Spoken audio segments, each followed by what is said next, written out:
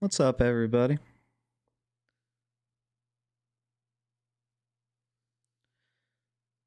Got any questions? I'm going to be running a mock draft here. I think it's going to be a lot of fun.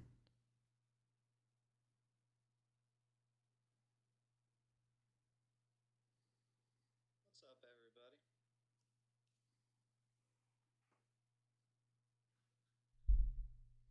Got any questions? I'm going to be running a mock draft here. I think it's going to be a lot of fun.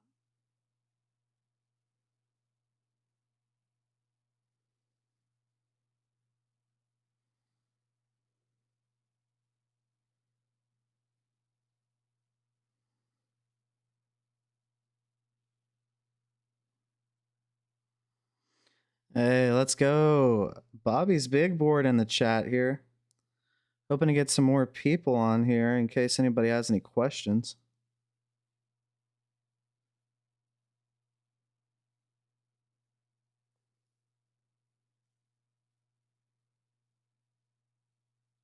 Hey, let's go.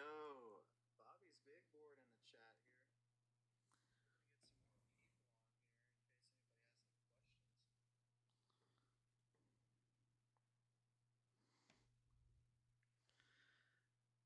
I'm going to put it in the league chat and see if anybody wants to join, Bobby.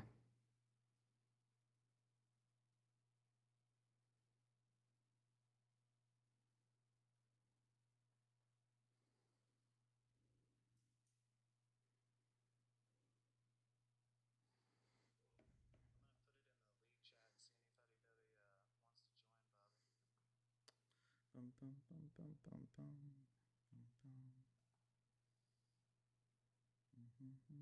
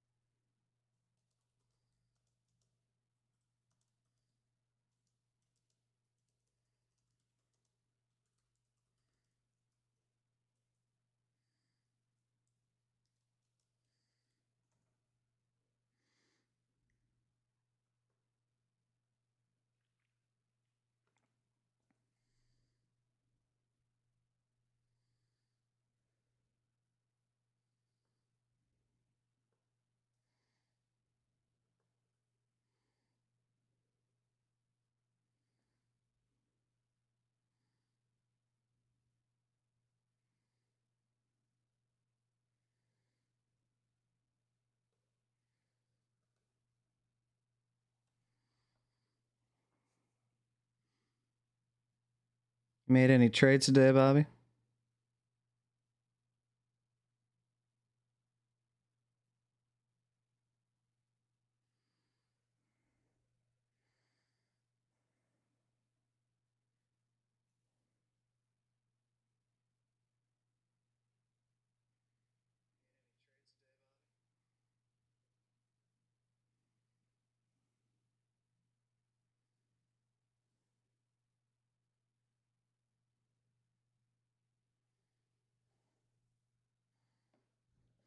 No trades. On a scale of 1 to 1,000, how is Bobby's new haircut? You got a new haircut, Bobby? Some bad offers from Art. What do we got, Bobby?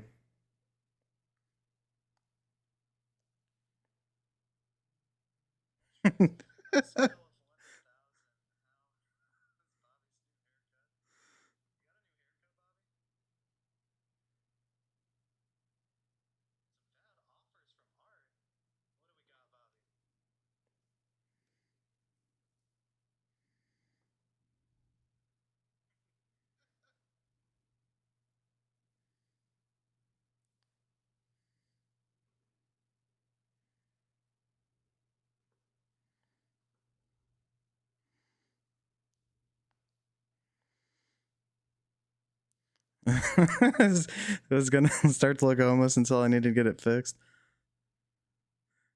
Phosphor metal.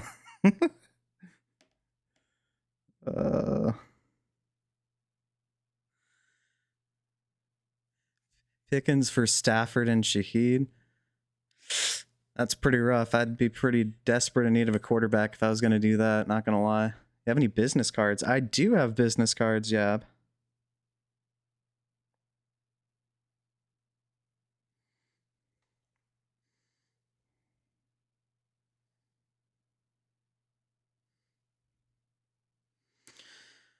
All right, so looking like we got I'm going to claim team 1. I'm going to randomize this though. I'm going to give it a couple minutes. Looks like we got Stick Stomper. Appreciate you as well. Got a couple people. If we can get this full, that'd be pretty awesome, not going to lie.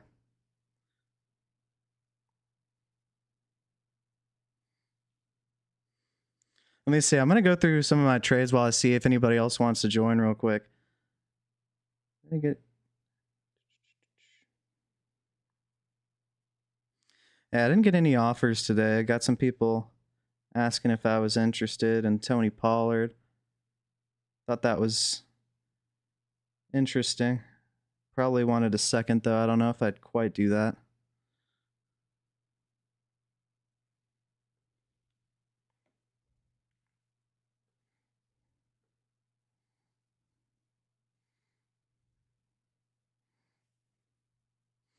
You got time for the mock draft, Yab? The link's up at the top. Let me pin it real quick.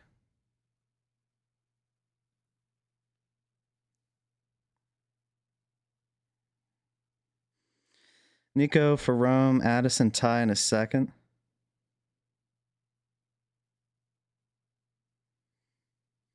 So overall, yeah, for the value of Nico versus Rome, Addison, Ty in a second. You got Nico as a second round startup pick, Rome as a fourth round startup pick, Addison is probably a fifth, and then a second. Seems reasonably fair, I guess, but you if you were getting the Addison, Rome, Ty in a second side, you might not get any win now production depending on how things end up looking. So that might be a little bit frustrating for you. If you're getting Nico, then fair enough.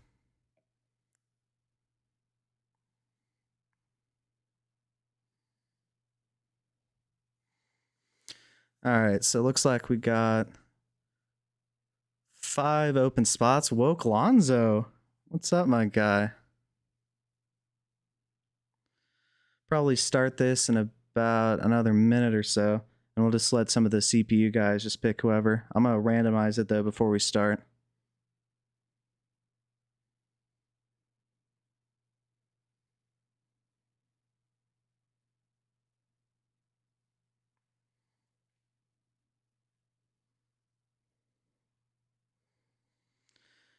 All right, so I'm going to go ahead and start this. I'm going to randomize it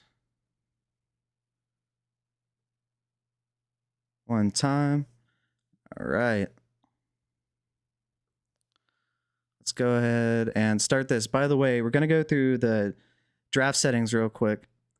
So as far as the roster construction, you're going to have 1 QB, 1 super flex, so it's start 2 QBs essentially, 2 running backs, 2 wide receivers, a tight end, and then you are going to have 4 flex spots. So it's a 12-team super flex, start 10.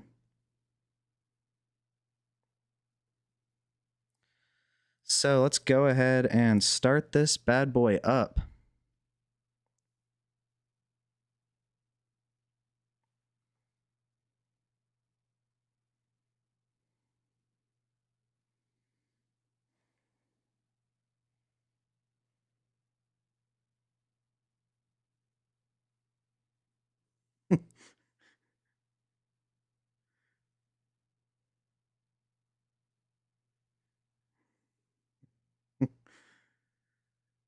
Ooh, Bobby's big board selecting Josh Allen.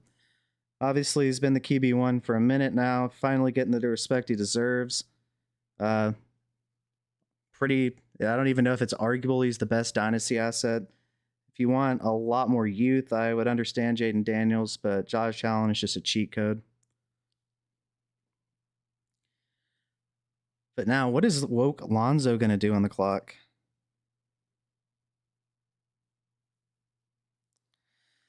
Tight end premium. There is no tight end premium woke. Obviously, it doesn't let you specify any tight end premium. So for the sake of this, we're just going to be doing no tight end premium.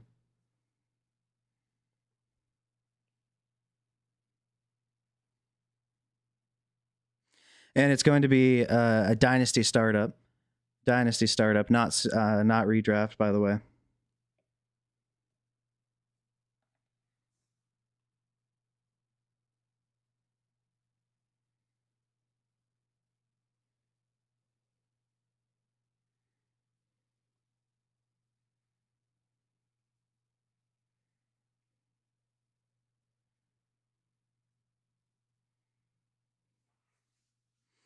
You still got 3 minutes though. Why are you the 101 every time? Bobby, for real though, right? You always get the 101. Yeah, good pick. Good pick, woke. Jaden Daniels, I definitely understand over Lamar because Lamar has had his injury concerns. He had a magnificent rookie season, looked like one of the best real life QBs, was obviously a top end asset for us. And being just a little bit under 25 years old, it's obviously a really good pick. So then Chris Brown goes Lamar Jackson. Great pick. He just was coming off a season where he was by far and away number one in wins above replacement for quarterbacks. So it makes a lot of sense. CPU goes Chase. 100% guaranteed goes Hurts. I like Hurts. Obviously, it's great that they didn't take away the tush push, right? It's going to help him have a significant rushing floor.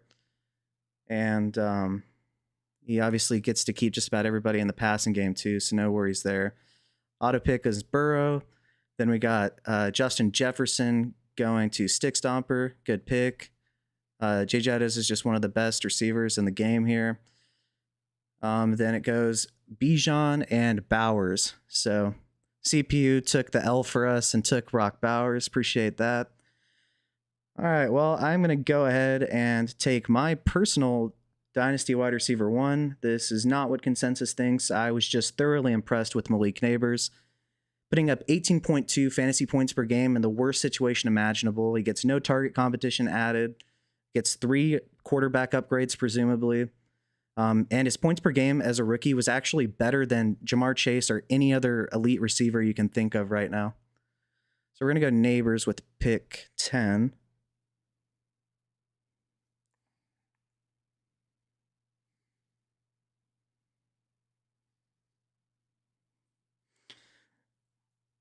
Did this dude just take Jalen Hurts? Jalen Hurts is that dude. Art goes Brian Thomas. Then it goes Gibbs and Lamb. I like Brian Thomas. Tons of upside. His rookie season, the only receivers that have had a rookie season with 1,200 plus receiving yards and 10 touchdowns are Jamar Chase, Randy Moss, and Odell Beckham. So Brian Thomas is in elite territory there. Then Artist also goes and gets Ashton Genty. Great running back, first round draft capital, top end of the first round draft capital. We love that. Going to be a great long-term asset and one of those running backs that you don't have to worry about for longevity, most likely, given the significant team investment as well as being young. So as far as the running backs are concerned, not going to do that. Interesting. Not going to go tight end here in a non-tight end premium. Think I'm going to go double wide receiver here. And going to shoot for upside here with Puka. You know what? No, I'm going to go with a really nice floor combination with some decent spike weeks and Amon-Ra St. Brown. Double up at wide receiver here. Puka goes their pick right after. And then the CPU doubles up at running back with Barkley to go with Bijan. I'm the definition of a neighbor's truther. That is the fact. I am a huge lover of Malik Neighbors. He is that guy. Compare this board to the startup when it's finished. Oh yeah, that'll be a good idea, Woke. I'm curious how that ends up.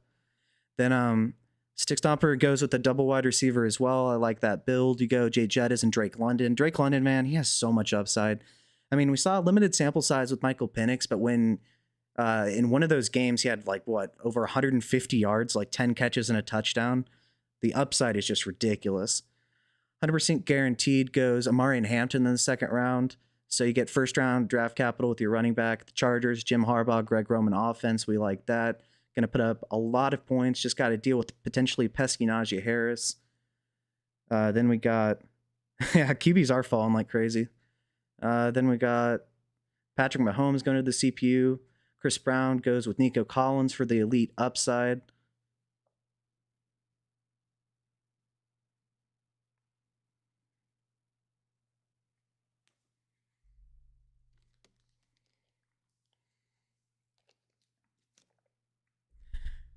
That's interesting. I remember, Bobby, we were talking, and Patrick Mahomes was falling as time goes by this offseason in startup drafts. I saw a couple times where he was a mid-first and a 6-point passing touchdown. So then we get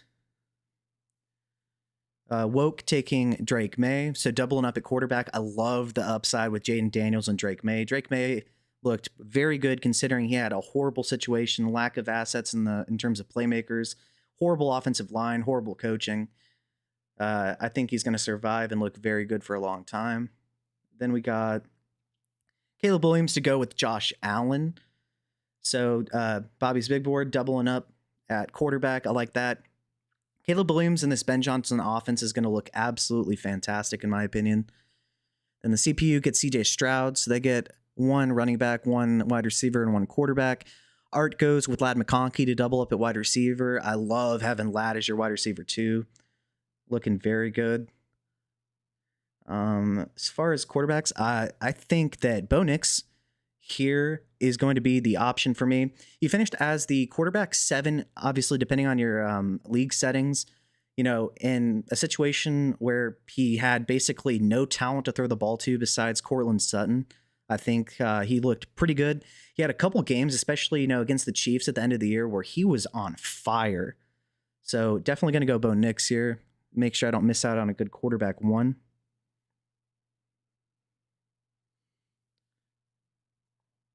Caleb at 202 here is kind of crazy.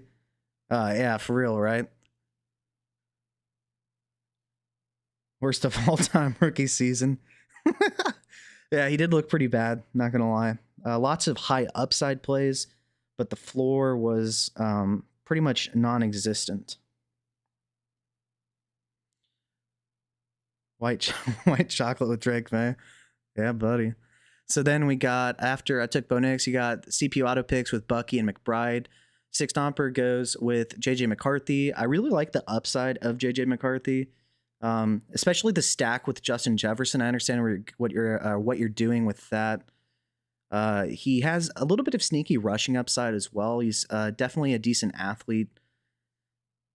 And then I like that you're not waiting forever to get your quarterback 1. Then CPU goes Devon Achane. We got 100% guaranteed on the clock here. Bobby's big board. Bobby, you're talking nonsense to Woke in the chat. I appreciate that. I know Woke's gonna have something to say about that.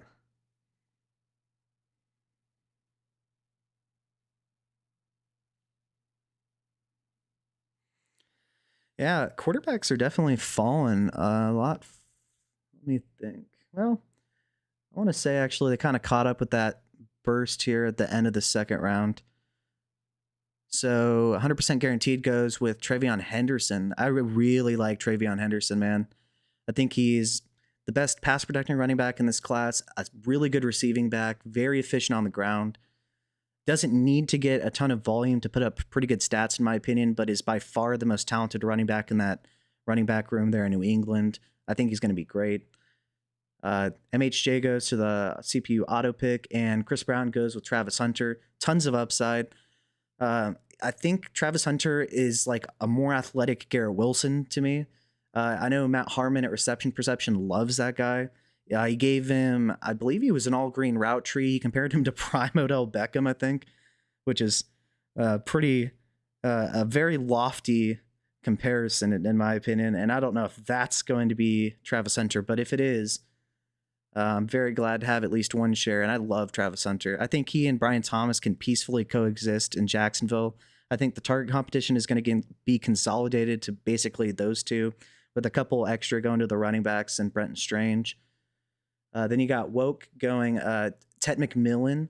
I like that. Should be easily the wide receiver one. Should be usually an X, but definitely gets some opportunity to be thrown in the slot. He can be a flanker as well. Then we got Bobby going double wide receiver with JSN and Garrett Wilson. I love that after going 2 QBs to begin with. Get a solid core for your team. Everybody besides Josh Allen is extremely young, but with Josh Allen, he's Josh Allen. We don't really care.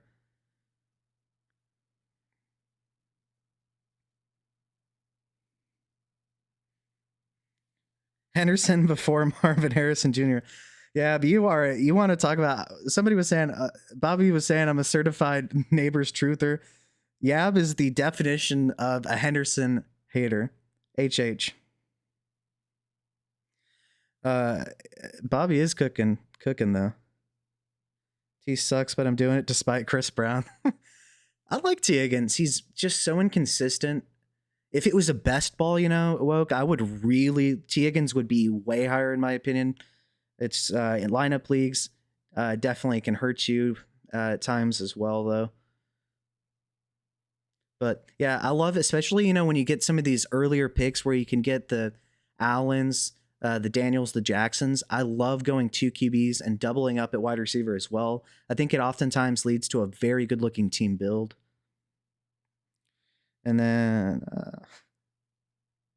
yeah, when people picking Henderson over Garrett Wilson and Marv,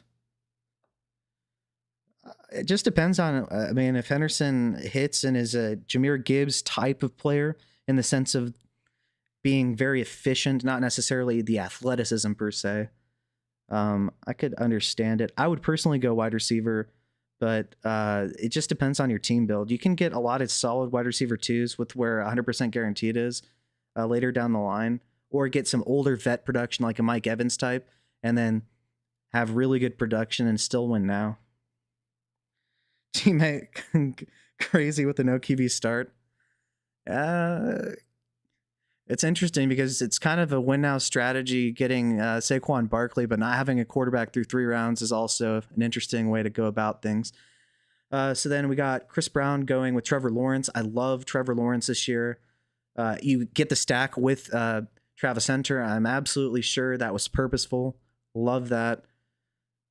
And I think Trevor Lawrence is going to put up some solid numbers. I think he can easily be a low-end quarterback 1 who, if he gets lucky, not even lucky, if he hits the high upside of some of his rushing touchdowns and kind of improves his touchdown pass-throwing touchdown ratio and quantity of passing touchdowns, I think that T-Law could definitely be a mid QB1, but probably a low-end. Nonetheless, I love the stack. Then team 4 goes Jordan Love. 100% guaranteed is going to go with A.J. Brown. A.J. Brown, people act like this guy is 40 years old. This man is not old. He's not even 28 right now. Hey, we got Prob in the chat. What's up, my guy? Henderson before A.J. Brown. That's a matter of preference, my man. But I really like 100% guaranteed start here because, like I was saying, he still has the really young running back duo that has a lead RB1 potential, in my opinion, in the future, but he still gets the RB1 or wide receiver 1 production with A.J. Brown. Then we got team 6 going with Burrow, Herbert, Achane, and Laporta. I don't like the Laporta pick personally because it's not a heavy tight end premium, and I think Laporta is just a fine tight end, not really one of those real difference makers to me. Then you got Stick Stomper. I love the Mayfield and McCarthy to go with London and Jefferson. I like the Vikings stack, and then Baker Mayfield's an absolute stud. Team 8, guys. Look at Team 8. Teammate has Bijan, Barkley, and Brees Hall. That is definitely a way to start things. His quarterback situation is going to look absolutely terrible. I always appreciate you, Prob. Team 9, interesting build going with Bucky, JT, Bowers, and Nakua. His quarterback situation, both of theirs is going to be brutal. I'll go ahead and take a look at what's available. Not going to go tight end.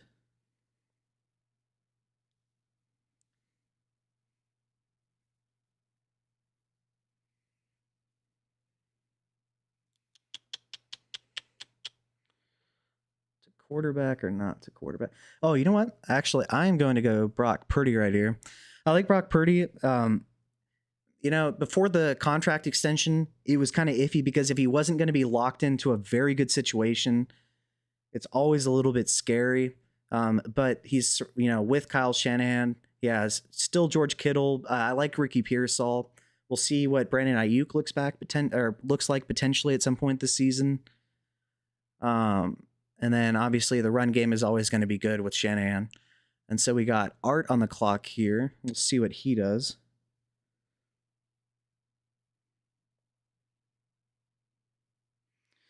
All right. So we're saying Yab saying maybe a hot take, but Judy's the best wide receiver at cost in most drafts. That's an interesting take. Crazy Brees went here and fell to the 7th in a real draft. Dude, Brees Hall going in the 7th round is ridiculous. Like, that makes no sense.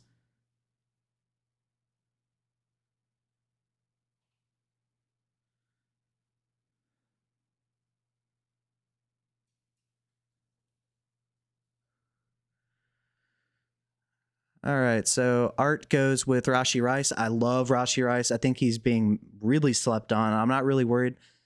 I took a look at several articles and some of the latest news on his knee. I think he's probably going to start out a little bit slow. He might not even play at the very beginning of the year. It remains to be seen, but I'm not worried long term. It wasn't one of those multi-ligament injuries such as, an MCL and ACL tear on top of each other, for instance. One of those ones that just destroys running backs usually. Then Team 12 goes with Kyron and then Cam. And Art gets his first quarterback with Kyler Murray. With Kyler Murray, I worry about the long term of Kyler Murray, but in terms of, the immediate upside, he's almost going to certainly be a top 10 quarterback due to his rushing upside. So taking a look at my picks, I went Neighbors and Amon-Ra. So I have 2 stud wide receiver ones. I got Nix and Purdy. Taking a look at who is here in terms of running backs. It's pretty tough. Is there any wide receiver that I think is going to be worth a pick here? Probably not. Now, the play is either going to be... in my opinion, Quinshawn or RJ Harvey. I think that I'd pretty much want to go with the better draft capital and I'm definitely ageist, so I'm going to go with Quinshawn here and make sure I do snag a running back before every one of those is gone. So then we get 2 auto-picked running backs. We get McCaffrey and Jacobs. So far, I love Bobby's startup. I love Wokes. I love Chris Brown's. I love some of the stacks that we see. I really like 100% guaranteed's build right here because he still has his win now wide receiver 1 production while also getting 2 stud young running backs. We'll see if he goes quarterback here.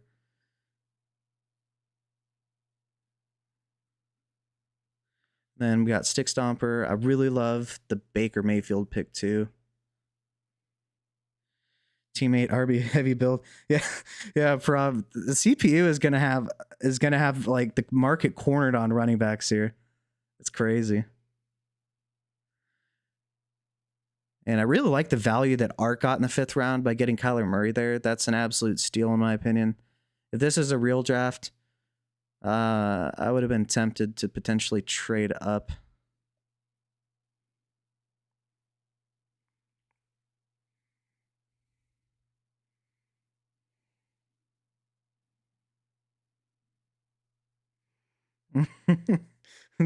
Till the sixth round and no QB. Yeah, it's gonna get pretty rough. I mean, looking at the quarterbacks that are left, we got Jared Goff, we got Michael Penix, Dak, Bryce, Justin Fields. Then it starts to get a little bit questionable.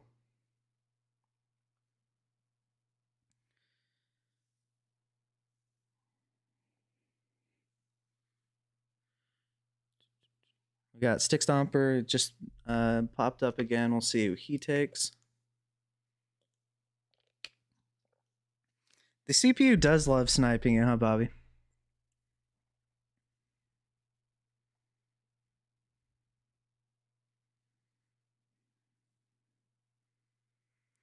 What is Stick Stomper going to do? Okay, so he goes with Rome Odunze. I love Rome Odunze. I think I made a film breakdown on him at the end of his rookie season, explaining how Caleb Williams just could not hit him on these deep balls where he was breaking away. Contrary to popular belief, he was generating separation in the short area of the field. He can do that, but he doesn't even need to do that. He will moss you and bully you, take your lunch money every single time. I really think Ben Johnson's going to get the most out of him, and I think he's going to be rotated around, potentially even a little bit more.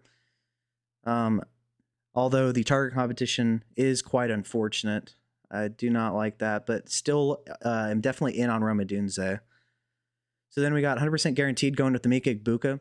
So kind of with Hampton and Emeka, maybe not necessarily worrying about the win now production. We'll see what the split looks like for Hampton, and with Emeka, it's probably looking, a little bit iffy for the immediate future, but I love Egbuka. I love that he's connected to Baker Mayfield in that Bucs offense. We'll see if Grizzard keeps things the way they are, or if he makes any changes to the offense. I don't think there's any reason to change the offense. If it ain't broke, why fix it? Then we got the CPU taking James Cook for their first running back. We got Chris Brown going Derrick Henry. I was wondering when Derrick Henry was going to go. Yeah, if you want win out production, Derrick Henry is the definition of win out production. Mahomes at 209, crazy value. Yeah, dude, for real.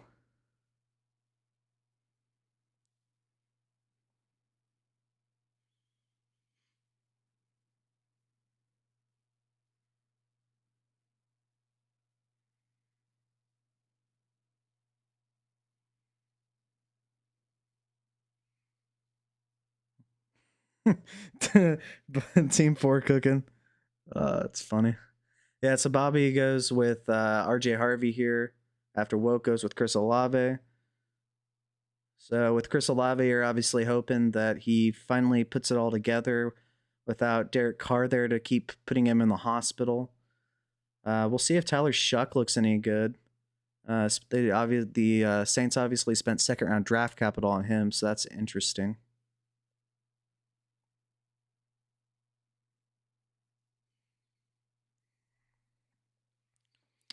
So yeah, then Bobby goes with Terry McLaurin.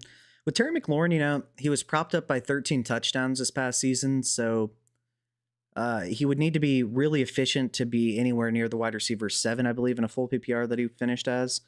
But obviously, being the wide receiver 1 with Jaden Daniels, based on what we saw, is looking to be a pretty good idea.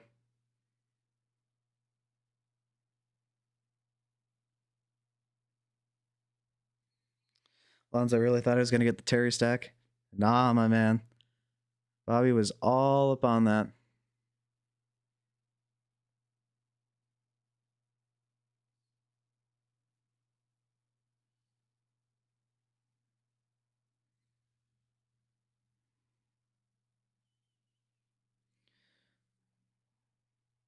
Yeah, Ab says RJ Harvey falls here and Henderson goes before Marv. Yeah, we like RJ Harvey. If anything, I think it's that RJ Harvey fell as opposed to Henderson going way too early. Just depends on what you're trying to do with your startup, though. We're not drafting Terry in 2025. So Woke goes with Xavier Worthy. So with Xavier Worthy, I think it's interesting. I think that he sees he sees less of a target share this season with the return of Rashee Rice and them drafting Jalen Royals. And so I think you're going to hope that Mahomes is able to get the deep ball connection going with Worthy. I really like him as a talent. They put him in motion consistently throughout the entirety of the season. Didn't have him facing press coverage, so we like that. And it'll be interesting to see what the volume looks like for Xavier Worthy if or once we see Rashee Rice and Worthy on the field at the same time.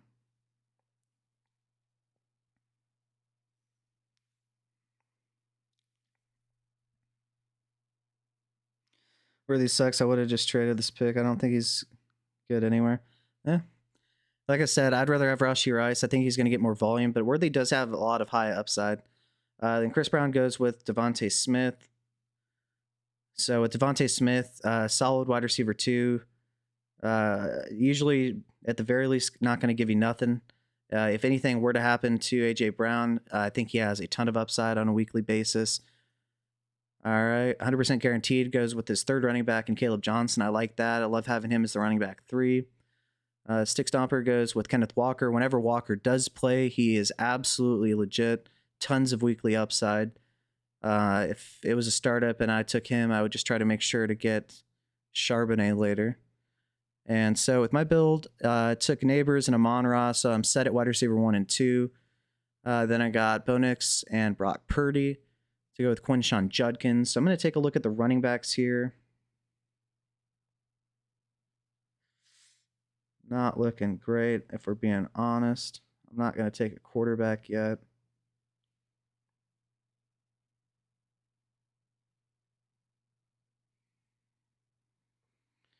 Tight end. Oh, you know what? I'm going to take George Kittle here so I can get a difference-making tight end. Yeah, I'm liking this build a lot so far. So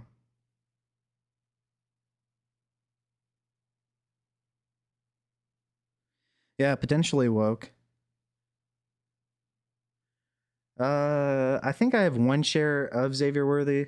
I'm not, it's with some of these, I think I learned my lesson with Tank Dell. I'm not going to have too many shares of these really small guys because there's just such an injury risk with them. Lonzo does love to hate. Nice Kittle pick. Thanks, Prob. Yeah, Prob, we've talked a million times about this. If it's not a real super difference-making tight end, or it's, unless it's a heavy tight end premium or start 2 tight end leagues, generally tight ends don't matter unless you get them at a good enough discount. I think Kittle definitely, if he were to stay healthy, and generally the team as well, that I could have a very good looking team right now.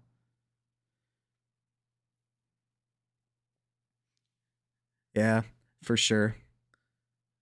Yeah, I mean, they did just re-sign him too, so he should be there for the long term with them. We'll see what Art does here. He's only has 1 quarterback so far, so I'd imagine. Okay, so he goes with Colston Loveland. Then we get 2 receivers off the board. We'll see. Is he going to go quarterback here? Is there anybody worth taking? Bryce Young. Yeah, so you're betting on what we saw at the end of the season, right, Art? In terms of 2 out of the last 3 weeks of the season, he absolutely cooked and put up a ton of fantasy points. He started rushing more, and he had in my opinion, potentially an unsustainable amount of touchdowns at the end of the season, rushing touchdowns specifically, but we don't necessarily care. He did look good, and he's still with an offensive-minded head coach. So in terms of the wide receivers that are left, taking a look at Addison, Metcalf, Hill, Pickens, Waddle, Mike Evans, Jerry Jeudy. Running back, we got Chuba, Mixon, Kamara, Monty.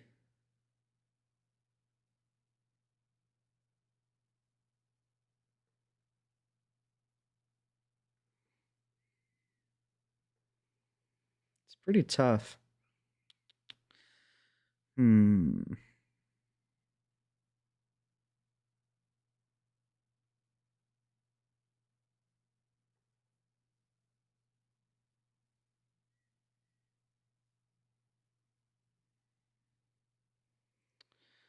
I'm going to go with Chuba Hubbard here.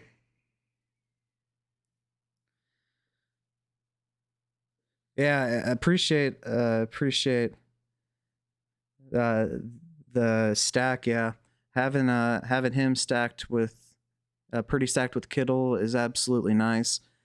I didn't like the Chuba pick. I would have preferred to trade down, honestly, but I wanted to get a young enough running back that I could potentially have 2 more years. I don't really look at, you know, running backs that aren't A, really young, B, with combined with really good draft capital as being long-term assets. I think I can get some win now production out of my running backs later. Some of these other running backs that are also going to be really good just went too. So taking a look at Stick Stomper's team, he has Mayfield and McCarthy. Then he has the Jay Jettas and London stack to go with McCarthy. Odunze is his wide receiver 3, and then Walker and Kamara. I like the win now production at running back. 100% guaranteed gets Dak Prescott to go with Hurts. Anytime Dak Prescott stays healthy, he puts up very good production. He just has dealt with some injuries and he's older now. Although I will say his contract, he has Dallas in his control. He can do anything he wants for like the next 4 to 5 years. CPU goes Golden. Chris Brown goes Hawkinson. So he's not stacking there. So as far as Hawkinson, I actually think that he could return back to relevancy as being one of the better tight ends. Another year removed from that ACL tear, which was a clean ACL tear sustained at the end of 2023. We'll see what JJ McCarthy looks like, but I do think that Hawkinson could potentially come back and actually be a difference maker. Yeah, I think I was talking to you and you were the one that tipped me off to that, if I'm not mistaken. It is a god tier contract. That's 100% sure.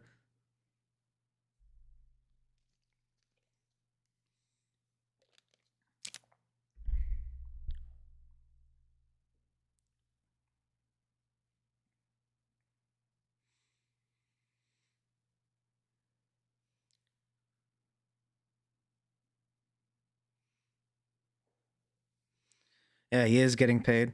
Well, with Dak Prescott, cue the Steven Smith. We don't care. We don't care. He gets the volume and puts up the points. And he has Dallas in his control. He can be as bad as he wants to be, and they're not going to get a better quarterback most likely, and B, he's probably not going to want to move, so he's going to have good weapons to throw the ball to in the passing game. So we'll see what Woke does here. He's taken 4 receivers so far and 2 quarterbacks, no running backs yet. Another receiver, so he's going to go wide receiver heavy here and go with Jalen Waddle. I think Waddle could bounce back. It's really scary having 2 as your quarterback. I really like the Tyreek Hill pick. I honestly was thinking about him earlier in this round. I wish I could have traded down. If Tyreek Hill hits his upside, man, he could be a top 10 wide receiver again. Just got to stay healthy, and Tua does as well. So a couple of compounding factors there. Then you got Cam Skattebo at the 801. Somebody gave a take where they were worried that he was going to be blocked by Tyrone Tracy. I disagreed personally. They spent higher end draft capital by 1 round in order to get Skattebo. He's bigger, kind of the guy you'd want to give more volume to. And a 4th round pick isn't necessarily the most team investment, but he's also a good pass catcher as well. So I think he should get some volume.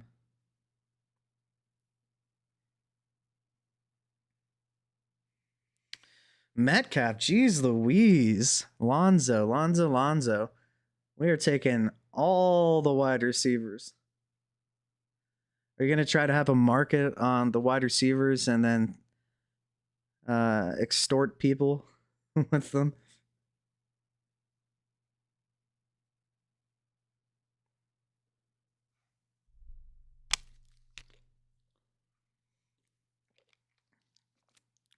Chris Brown goes with Jerry Jeudy to go as, is that his wide receiver 4? So you got Nico, Hunter, Smith, and Jeudy. I know, Yab, if you're in the chat, I know you're pretty happy about the pick. Team 4 gets Mike Evans. That is heart crushing. I really was hoping to get him in a little bit as a wide receiver 3.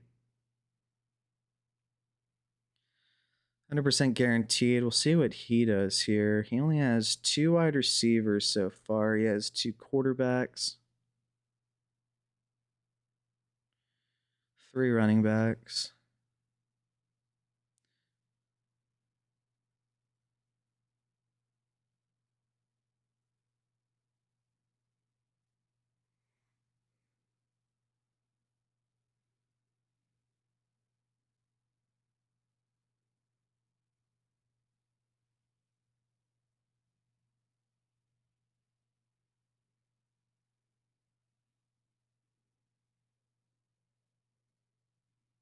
Yeah, probably we're talking about Dak, not anybody else.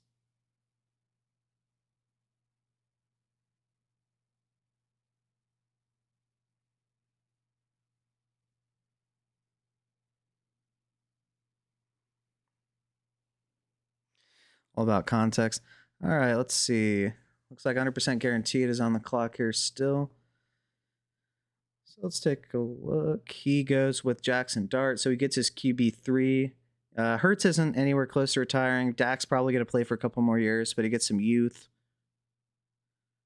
Then 6 Stomper goes Devontae Adams, some win-out production at wide receiver. I like that because, Rome Odunze, while I really like him, it is a little bit cloudy as to what we're going to get out of him this season.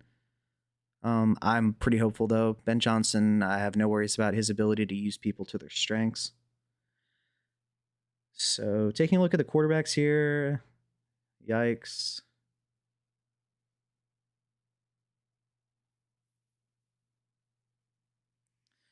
Quarterbacks are interesting. I already have a tight end, so I'm not going to worry about that.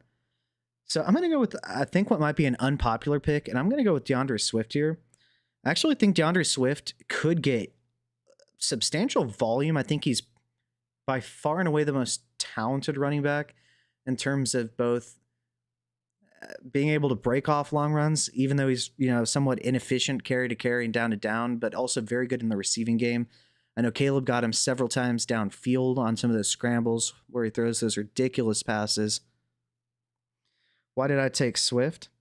So in terms of the running backs that were available, I thought he has a decent amount of upside. That's your pick. I was gonna say, I was trying to see who I missed on that was going to be a better pick.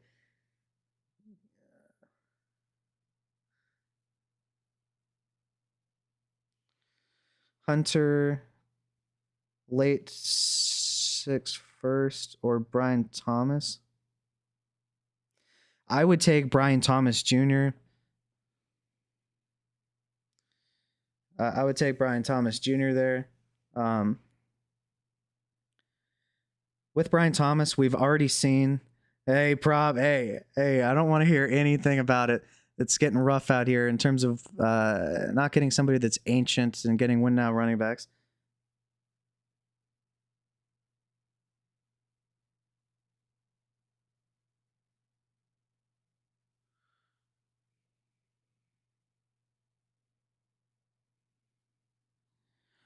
Yeah, Caleb. If you're talking about Caleb Williams, Woke, he absolutely did not live up to some of the hype.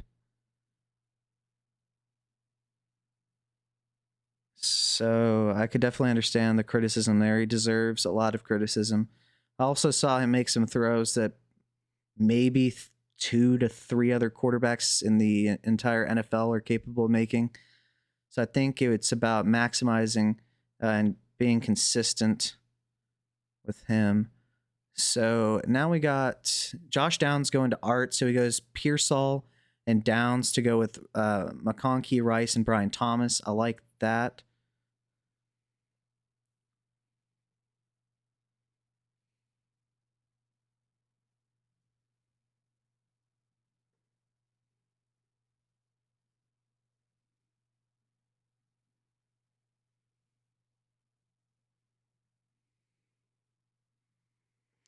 It's very tough here.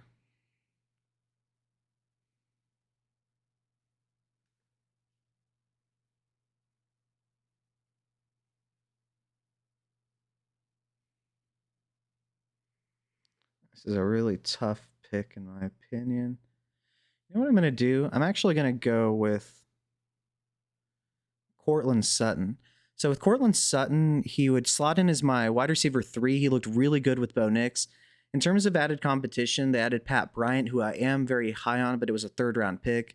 I think that Courtland Sutton remains the wide receiver 1 for this team for this next season. And I think he's going to be better than a wide receiver 3. So I think in terms of where I'm slotting him in, that will be a net benefit for me.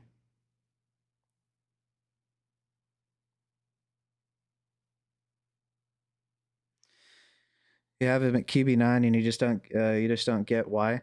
It's the projected coaching upgrades, the flashes of talent that we saw, albeit they were inconsistent, and the high-end draft capital which will afford him plenty of starts.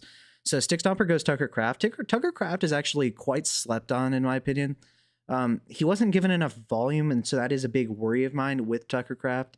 As far as the talent, though, he had blow-up games when given, even mediocre amounts of volume. We'll see if he can be a little bit more consistent, but the upside is certainly there. 100% guaranteed goes with Jayden Reed. With Jayden Reed, extremely dynamic with the ball in his hands. They've said he's the wide receiver one. I don't know if the draft capital invested in Mr. Matthew Golden says that, but very good on design touches, good in the run game. I love Jayden Reed as an actual talent. Chris Brown goes with James Conner.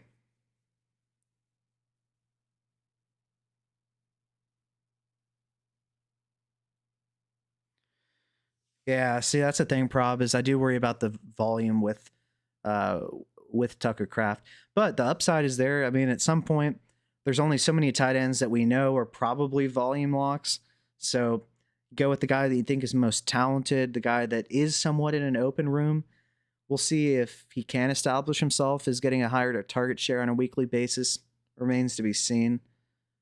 I think he's talented, though, and the upside on a week-to-week basis is there. Chris Brown goes with James Conner. So that was somebody that I considered was James Conner. The upside is tremendous if he stays healthy. You definitely have the win now build at running back with Henry and Conner. So it makes sense going in that direction. Woke goes with Bashal Tutin. So at Tutin, he has had fumbling issues in college, and he's fumbled on his first career carry in the NFL in practice. He fumbled. So that is a concern. But as far as Etienne, the presumed starter, he's looked worse and worse every year from an efficiency perspective. So I am big on Bashal Tutin. Bobby goes with Tua as his quarterback 3. We'll see how many more concussions he can sustain before being forced to quit. But, I mean, he definitely has upside. And then Tony Pollard, I like that. Get some win now production at running back for sure.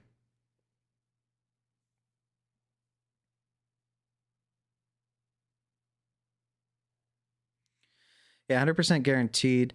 So it's a little bit interesting. He's probably not necessarily the most win now, given with the Emeka Egbuka pick, and interesting about the Hampton pick in the sense of we'll see what the split looks like and for how long. Obviously, the long-term plan would be to use Hampton. So we'll see how that works out. But I really like the build of having those 3 rookie running backs. And then he has Jackson Dart in the stash for when Dak ages out. We'll see about that. So Woke goes with Jack Besh. With Besh, I think he's probably the 3rd target in this offense. He could establish himself potentially as the number 2. We'll see about that. But obviously he has 80,000 receivers now, so I'm curious. Woke, what's the strategy here? You just gonna force people to trade with you to get a wide receiver? So then 100% guaranteed goes to Kyle Pitts. Kyle Pitts, the upside is always there. We'll see. There's the potential he gets traded. If he does, I like him a lot more. I was a huge Kyle Pitts guy. Then Stick Stomper goes with Aaron Jones, another win now running back to go with his Kamara and Walker. I like that. All right, we'll take a look here. So quarterback, it's all the same to me.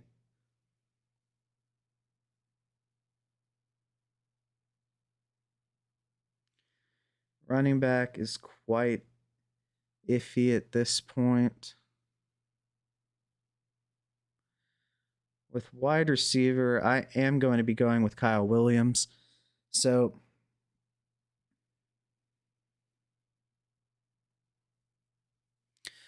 yeah, with Kyle Williams, the upside is tremendous. With Stephon Diggs, there's the potential that he misses the first 4 games of the season. We'll see about that. As far as the competition, I'm really not concerned about Pop Douglas. He's a slot-only guy. I'm not worried about Matt Collins. He's a sacrificial X, not going to amount to much in my opinion. Hunter Henry doesn't scare me. There's plenty of upside with him. We just have to see what his role in the depth chart looks like.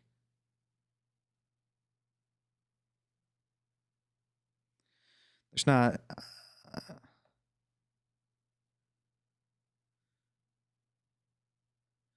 Wilk says there's not a single running back outside of Brees that I'm at or above market on. I mean, yeah, just depends. So we got Art here. Art has Genty at running back, no other running backs, but he has a really good wide receiver core. Kyler Murray, I like for the short-term upside. Bryce Young looked very good at the end of the year. Then he picked Trey Benson. With Trey Benson, there's a ton of upside in the event that James Conner gets hurt, so I definitely understand the pick there. Johnny goes off the board. There's the potential he's traded. There's been rumors of the Steelers. I hope he stays. I think his best chance for volume, given what we know, is in Miami. There's a lot of risk if he goes to somewhere like the Steelers. And Calvin Ridley goes off the board. And exactly, Prob. Kyle Williams is the GOAT. That is a fact. 100%. Shooting for upside with that pick while also getting some youth.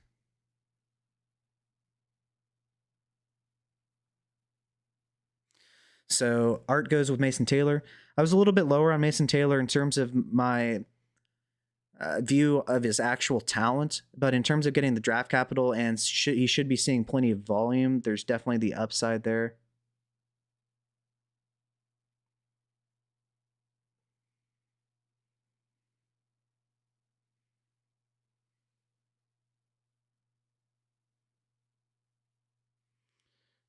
Taking a look at running backs. It's looking a little bit iffy.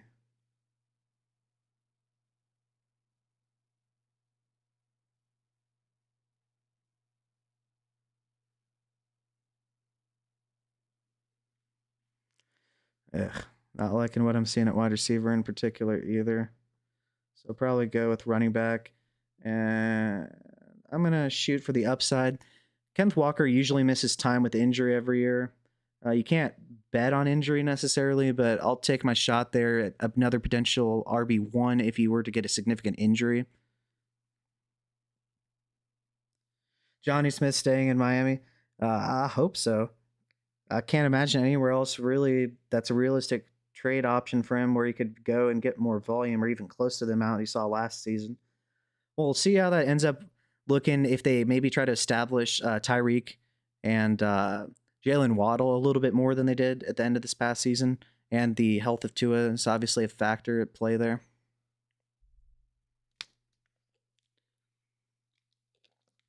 You know, Prob, can you really have too many Kyle Williams shares? Is that a thing? I don't know. The thing is, and I know you're kidding, obviously, but the thing with these low value guys in the sense of you don't have to spend significant draft capital to get them is because if you hit on one of those and if you have a ton of them in your trying to think of the term portfolio, if you have a ton of these guys where you don't spend much to get them and they all hit and you have a ton of them in your portfolio, you can trade them for a ton of value throughout different leagues if you want to kind of get off and not have so many shares of any one given player. So Six Stomper goes with Jalen McMillan. In the event of 1 to 2 injuries, he could see a lot of upside in that receiver core. 100% guaranteed goes with Travis Kelce. He's kind of on his last leg, but we'll see what he looks like. He was, I believe, the tight end 5. So there's obviously upside, and you didn't have to spend a significant draft pick to get him there. Then we got Chris Brown went on auto pick. He took Isaiah Likely. I love Isaiah Likely as a Ravens fan for the upside. Usually when he's given the chance and Andrews is out, he has a pretty decent game. And I think he could be a real difference maker. Wilk goes with Jalen Milroe. Tons of rushing upside. I think when he starts, at worst, you kind of get Justin Fields or Anthony Richardson in terms of high upside, but maybe some variance week to week. But if he does hit, he has redraft 101 upside. Then Bobby goes with Juwan Jennings and Javonte Williams. So with Javonte, there's the chance that he's the RB1 there. We'll see how that works. Woke is on the clock. We'll see if he takes another wide receiver.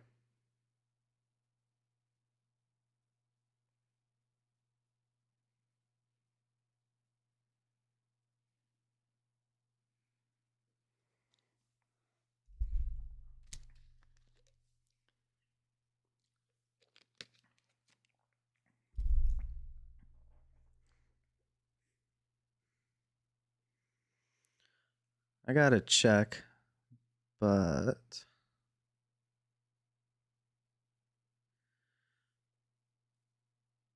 okay, yeah. Right. So team 8, they have Justin Fields and Michael Penix as their quarterbacks. Yeah, they have some good running backs, a lot of good running backs, and that could work out for them in the short term. But man, that quarterback room would scare me to death. Not gonna lie. So then Woke goes with Jalen Coker.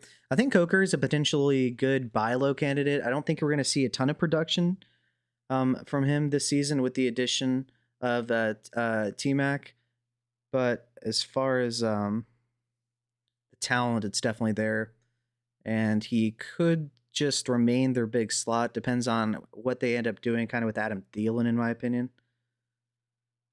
Chris Brown, auto drafts. Deebo Samuel.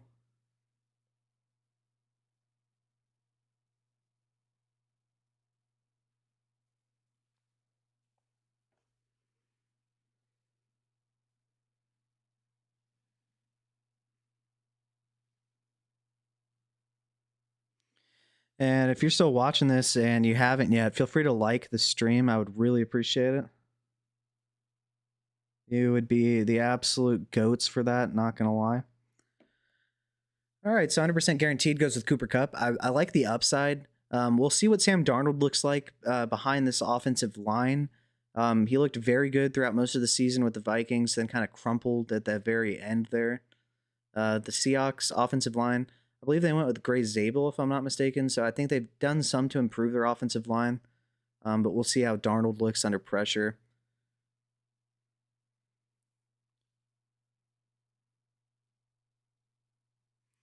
That could happen, Woke. If that happens, I'm very glad you took him in front of Travis Hunter. I know you said you had a bunch of shares of Hunter and were trying to diversify, though. But Jake Ferguson's been kind of forgotten. He definitely has some upside. I believe he finished as a top 8 tight end 2 seasons ago. And so he definitely has some upside. So here, I'm gonna go with upside here and take Anthony Richardson. I think. Nah, I'm not gonna do that. I don't need him. It's tough. I'm actually going to go with somebody that I'm kind of iffy on, but he has a ton of upside if given the opportunity. I'm going with Jaden Blue. There is plenty of upside with him if he does get some volume with Dallas, and I'm just shooting for upside because I got a bunch of guys that I think are probably high-end RB2, low-end RB1 types, probably, unless they have some lucky touchdown variants on their side.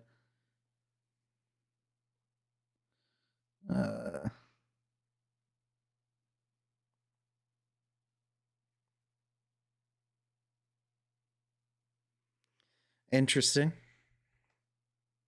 Interesting, Woke.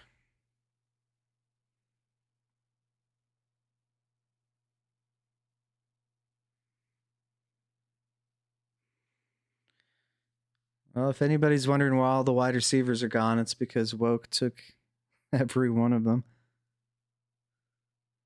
Let's see what Art does here.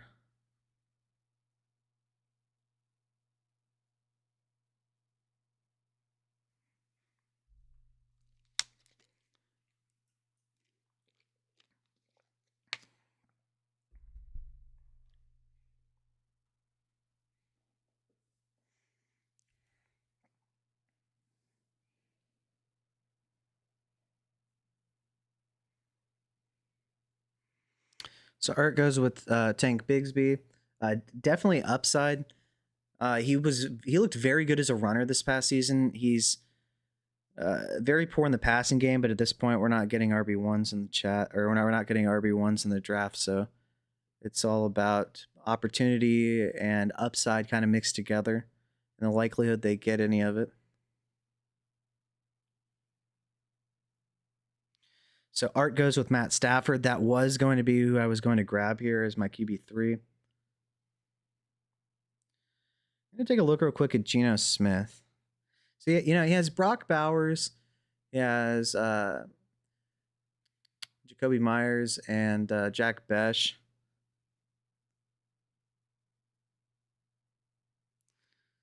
They have a decent offensive line. He's actually given us some decent rushing upside considering his age.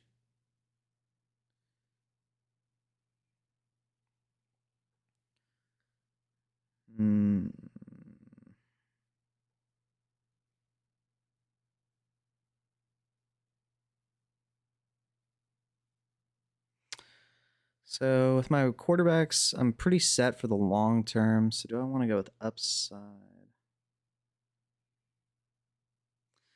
I'm just going to bite the bullet and go with Anthony Richardson. Hurts my soul to take him, but I want to shoot for upside. And if he somehow turns it around, he does have very high-end potential, albeit I think it's incredibly unlikely that he actually does turn it around.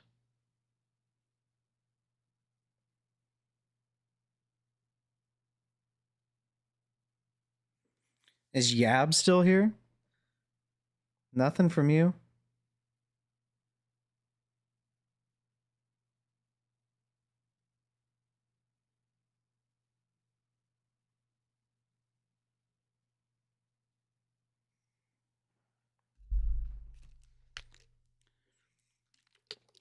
Okay, good pick, Stick Stomper with Jordan Mason. I thought about him too.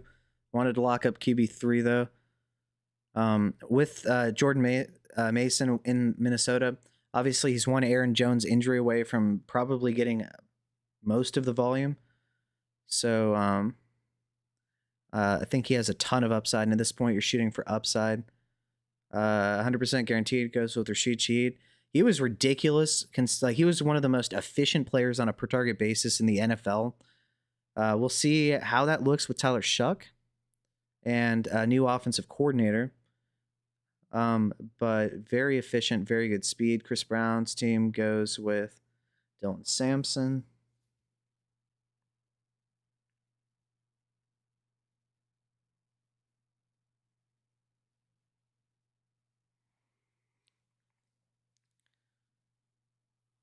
Woke is on the clock here. He goes with Terrence Ferguson. Second round draft capital, probably the third option behind Devontae Adams and Puka Nacua. But, Adams is getting older, longer in the tooth, and declining as a player, although he's still really good. And then Puka Nacua can't stay healthy. I think he's one of the biggest sells in Dynasty because those knee injuries to the same right knee, I believe it's the same knee, really worry me for his longevity. Then Bobby goes with Freiermuth and Shuck. With Shuck, you're getting a guy who's probably going to end up starting for them this season. Second round draft capital is decent. With Freiermuth, I've never really been a Freiermuth guy, but I mean it's DK Metcalf, and that's pretty much it as far as the playmakers go in the passing game. Then Woke goes with Tillman for the 80,000th.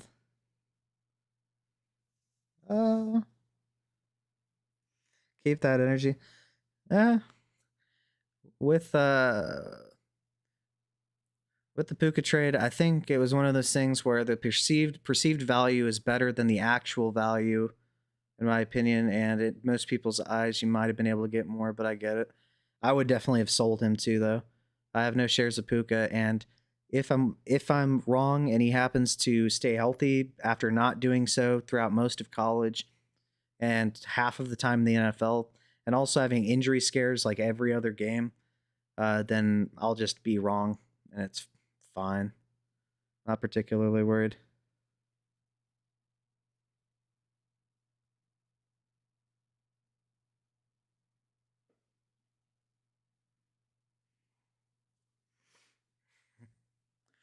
So Chris Brown goes with Garendo. I love the upside of Garendo.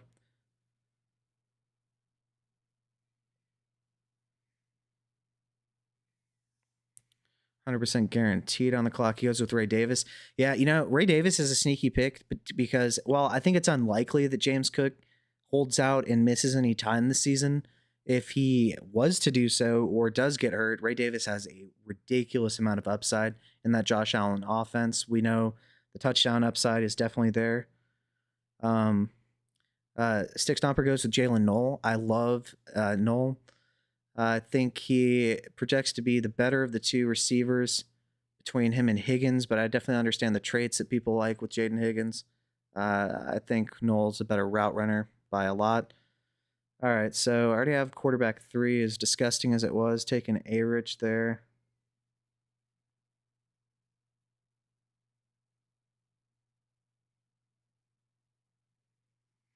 Okay. So I'm going to go with DJ Giddens here, and hear me out. Jonathan Taylor has missed time in each of the past 3 seasons. A little bit of it was due to a contract holdout 2 seasons ago, but still nonetheless in 3 straight seasons. But he was also injured that season. He gets hurt like every single year. I think in the Shane Steichen offense, they're going to want to run the ball as much as they can. And I think he's also a good pass catching running back too. So while Anthony Richardson is very scary in terms of, I don't know if he can hit a running back in the flat, I think that there is a big chance that Giddens sees some big time volume at some point this season.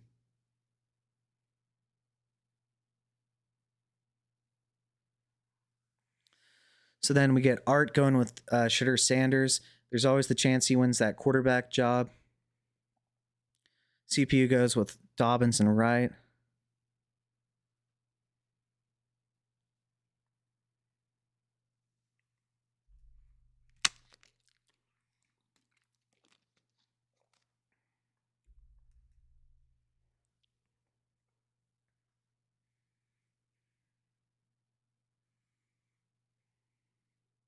Oh, I love the Harold Fannin pick, Art.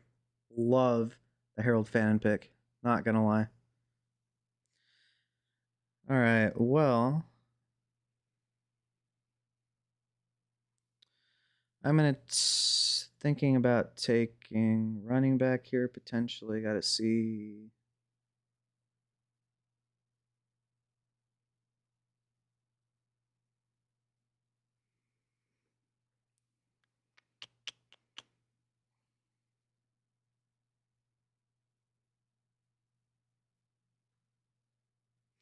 What's my receiver core looking like? Sutton, Williams, Neighbors, and St. Brown.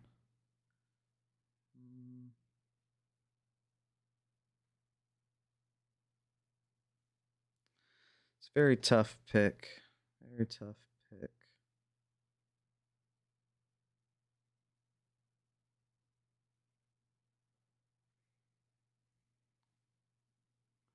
I think I'll take receiver. I'm actually going to take somebody. I'm going to take Jalen Royals here. So Jalen Royals, I'm very high on him. I think that with Rashee Rice potentially missing some time at the beginning of the season, we don't know. And I think it's less and less likely he gets suspended as time goes on, to be honest with you. But I think the Jalen Royals is really good. He's looked very good in camp. All the reports have been very positive on him. And I think that he has that build and that yak ability. He's kind of a similar player in a way to Rashee Rice to fit that role of the high volume Kelsey in this offense. And so I think there's a ton of upside, and you can snag him really late. Then we get Otten and Wandale off the board. We got Stick Stomper.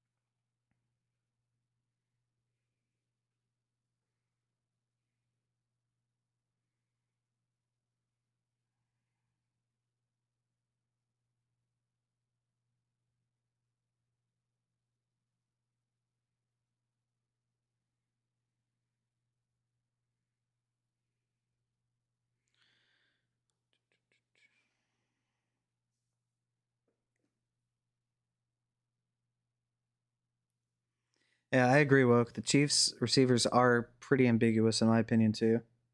100% agree.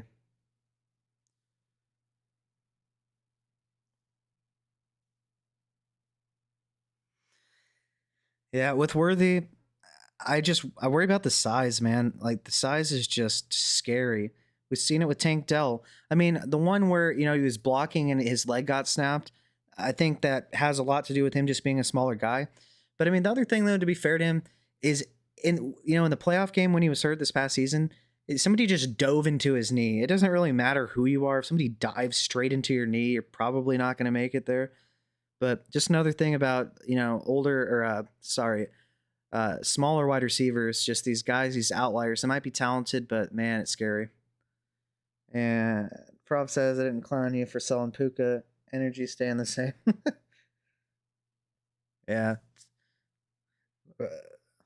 Although remember, those were Discord mods that were roasting your trade. Discord mods.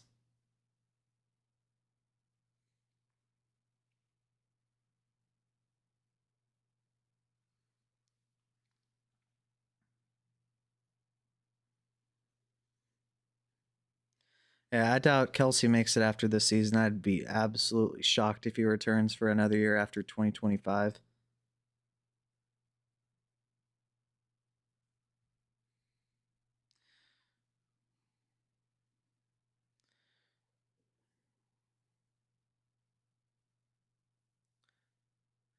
Jason going to average 14 a game till the day he dies. Yeah, JSN. I wish JSN could get paired with a quarterback like Burrow or Stroud, somebody very accurate, somebody that can get the ball out, stay on time. Sam Darnold, eh. Uh, give me Mr. Arthritis. Prob says thoughts on Bateman. So as a Ravens fan, I think he's a better real life asset to a football team than a fantasy asset. With Zay Flowers there, Zay Flowers is just going to soak up those easy high volume targets and just which are better for fantasy generally. He's just gonna. I think he's always just gonna be one of those guys, that he can give you, 4 for 110 and 2 touchdowns in a given week, but he's also gonna give you, 2 for 36. I think he's just gonna be inconsistent due to the nature of his role in the offense, and obviously with Derrick Henry and Lamar, we try to run as much as we possibly can. So Stick Stomper goes with Jarquez Hunter. He's been getting a ton of hype. They take him in this draft to try to get something different because Blake Corum and Kyron Williams are essentially the same player. They spend 4th round draft capital on Hunter as opposed to the 3rd round they spent on Corum. We'll see though. Hunter is definitely the best athlete of any of them. So if he does see the field, there's a lot of upside potentially, especially for touchdowns. 100% guaranteed. I love the pick of Manor. I considered him over Royals, but just decided to go with Royals. A great pick in my opinion too. Chris Brown goes with Tyler Algier. So with Algier, if something happens to Bijan, we see a ton of upside in this wide zone Zach Robinson scheme. I think Algier is a little bit better of a gap runner, but I mean the volume is there, the offense is great, so I definitely understand the pick. And we just care about fantasy points. So Woke goes with Dallas Goedert. Art says thoughts on Pearsall. My thoughts are both Pearsall and Jennings can be supported before Ayuk returns. Looked good on film too. I like Ricky Pearsall. I think that it's going to be good for the beginning of the season. I think that with the return of Brandon Ayuk, once he kind of gets acclimated, if he ends up looking like the same guy, it might be a little bit more ambiguous, but the upside is there. And the 1st round draft capital speaks for itself. They liked him enough to spend 1st round draft capital on him. I think they're going to intend to get him the ball. And Matt Harmon was very high on him after the season too, if you looked at his reception profile. So I do like Ricky Pearsall. I would be trying to buy low on him. I know he's a popular buy low candidate, so it's probably commonplace and everybody knows that he's a buy low for the most part, unless you just don't like him. So if you can get him for a cheap price, I think he's a great buy.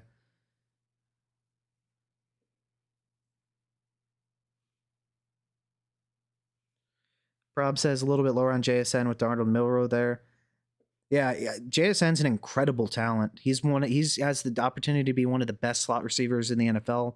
Tremendous route runner, great feel for zone coverage, very good snap down on his routes too. Amazing agility, really good after the catch.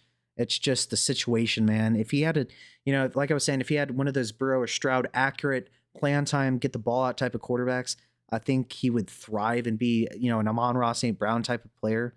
But we'll see. If we're given thoughts on Pearsall, why did he play 4 straight games with 50 plus with 0 targets? 1 target. So fun fact, he was shot. I think that probably has something to do with it.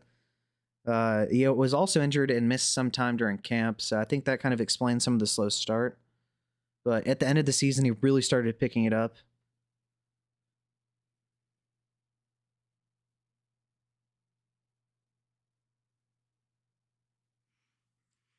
Yeah, I like Ricky Pearsall. Yeah, I mean, he was shot. So Bobby goes with Pat Bryant and Brenton Strange. I love the pick. Woke goes with Roshan Johnson, by the way. With Roshan Johnson, there's been a lot of steam on him as opposed to, who was it? Kyle Monangai. For the role of who would probably be the power back and the goal line back in that offense whenever DeAndre Swift isn't getting those carries. Chris Brown goes with Rico Dowdle. Receiving upside in Carolina, like that. 100% guaranteed goes with the other counterpart of that backfield in Trevor Etienne. Like that. Sixtomfer, that was a great pick of Jordan James. I love that pick. He's such a good player. And I think out of all the running back 3s or presumed RB3s at least, he has some of the higher likelihood of actually seeing playing time this season. As far as what I want to do here, it's getting rough.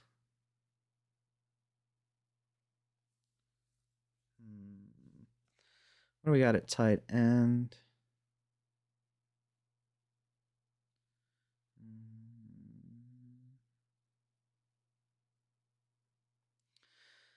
So I'm going to go with somebody in Brashard Smith. So Brashard Smith has the, 7th round draft capital that isn't ideal, but when we think about the Chiefs backfield, they don't, ever since, for whatever reason, Mahomes wanting CEH in the 1st round, yikes. They just have, had 7th round running backs or just players that they've signed for nothing get the majority of their carries and their passing game work, whether it be Samaje Perine, Isaiah Pacheco, Kareem Hunt, washed Kareem Hunt. So I really like Brashard Smith because I think he could fill that Jerick McKinnon role. I think he's by far and away their most explosive runner. And I think he's for sure going to make the team because I think he's going to for sure be their kick returner or punt returner, which I don't really care about that aspect so much for the fantasy, but at least I think he's going to make the team for that reason. And I think he could immediately be their best 3rd down back by far.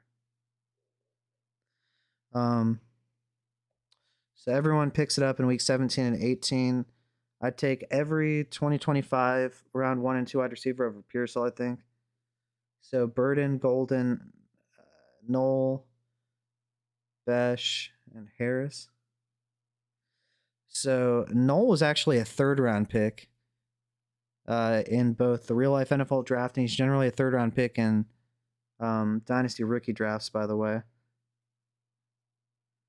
But as far as Pearsall versus Burden, short term is kind of crowded, but I understand I like Burden a lot. I think that's fine. Golden, I could understand wanting Golden too. I think he's more of your really good number 2 in the NFL level than a wide receiver 1, but he also might be the most talented wide receiver in that Packers offense. I think it's Jaden Reed, but he's also more limited. Besh, he's never going to be the one there with Bowers there. With Jakobi Meyers, I think the short term he's kind of limited with the upside, but if Meyers leaves, I definitely think he could be the number 2, and I like that. And with Harris, I think Harris is going to be one of those guys that's a little bit frustrating because he's going to give you those 4 for 100 and 2 touchdown games, which is awesome. But then I think he's just going to have some of those dud games being a really straight, vertical, linear type of route tree wide receiver. With Theo Johnson, I love the Theo Johnson pick. I think he's the second target in the passing game, arguably. I think that there's a chance Wandale sees, the scammy PPR, really low ADOT production again. But I think Theo Johnson's a huge threat down the seams. It was a Linz-Frank injury, so there is the potential for some explosiveness to be lost down the road here, kind of like what happened with Travis Etienne. But I think he's a very talented player and could see a good bit of volume. I think he was a very sneaky pick who I was trying to get, actually. And then A.D. Mitchell, really talented player. Struggles mightily versus zone coverage, but very good against press. If you saw my film breakdown on him, time and time again, he was smashing deep vertically, getting 4 to 5 yards of separation, accelerating while changing directions, and the pass would be 10 yards out of bounds every time. Even Joe Flacco missed him. But then he was also kind of wobbly and stumbling out of his routes as well, and so take that for what you will.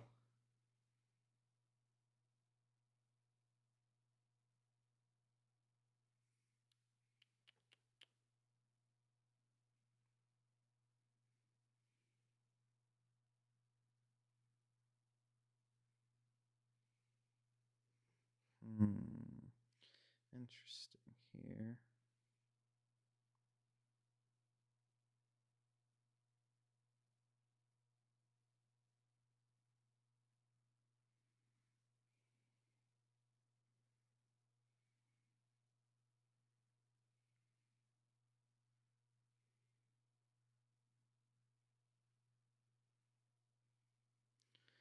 Very tough. I think I might go with...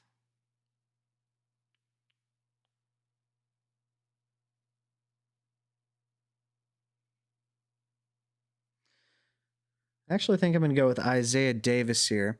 So with Isaiah Davis, in limited action, he was very efficient on the ground. He looked decent through the air as well. In the event that there's an injury to Breece Hall, I think he's the more dynamic player between him and Braylon Allen.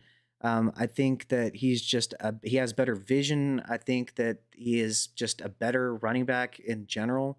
Although he just doesn't have that ridiculous size. Although he's no slouch. I think he's about 6'1", 220, but Braylon Allen is just ridiculous. Yeah, Art, I agree. You could have that Breece role. I saw you trying to trade for him.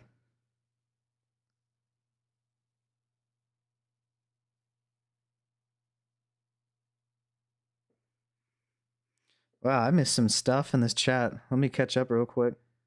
So...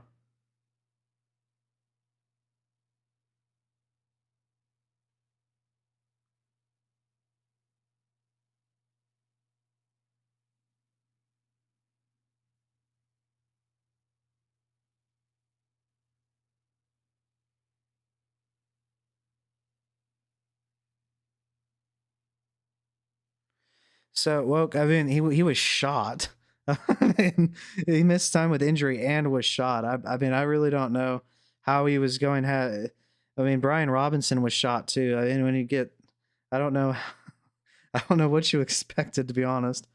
But I understand if you don't like him. You don't have to like him. It's fine too.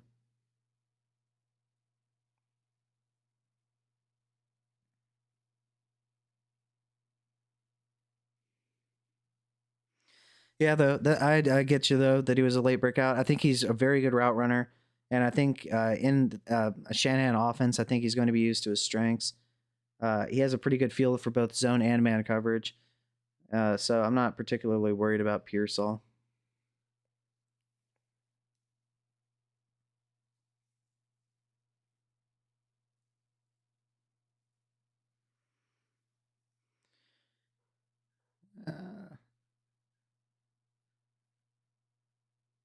Yeah, I get it though. You don't have to like Ricky Pearsall. It's not gonna hurt my feelings, to be honest with you. So we see a lot of tight ends going here. We see Bobby taking Will Howard. Will Howard's a sneaky pick because if they were to not get Aaron Rodgers, there's a decent chance that he sees some starting time this season. and he does have some run game upside, so that's interesting. I like the pick of Woody Marks, 100% guaranteed. I was considering him and Isaiah Davis, and ultimately went with Davis.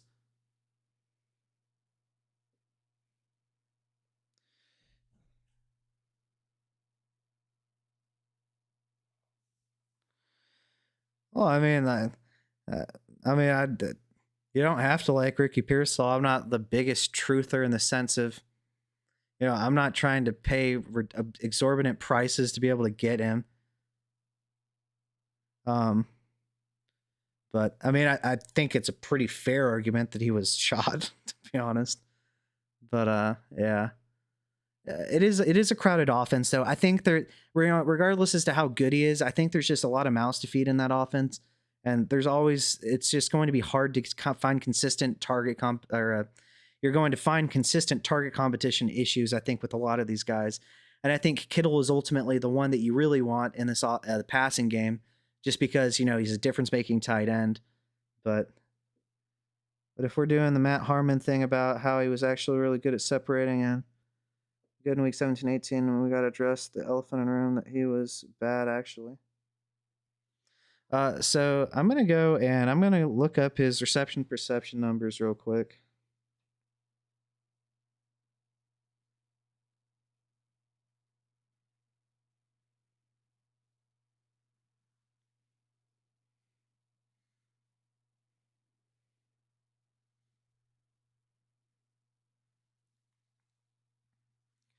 So Ricky Pearsall was above average in all routes except for corner, post, dig, and slant.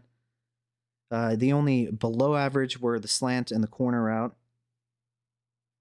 And he had a 58th percentile success rate versus man, an 83rd percentile success rate versus zone, and a 76th percentile success rate against press coverage in his database at the very least.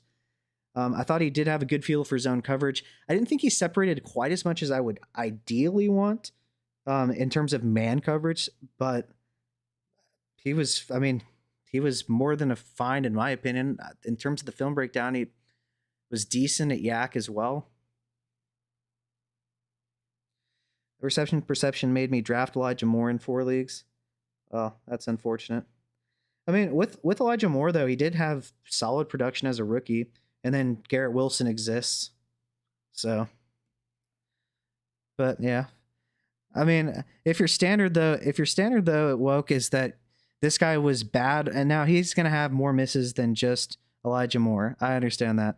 But if your standard is somebody has a wrong take, I don't know how you can be like anybody's take, because everybody's going to be wrong about somebody.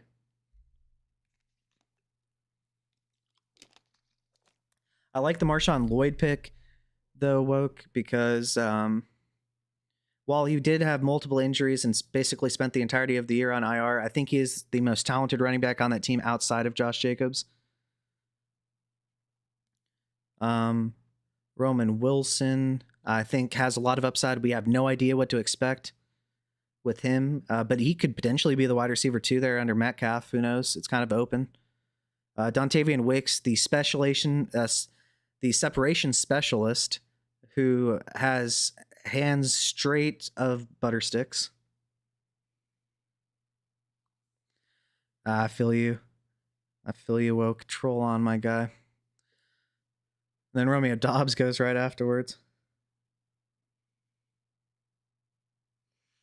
Lloyd doesn't catch passes and he fumbles. What are we expecting? The expectation is that he sees potentially some volume, and you're drafting this guy in this end of the 17th round in your startup. At this point, you're just shooting for guys that could potentially get opportunity, pretty much.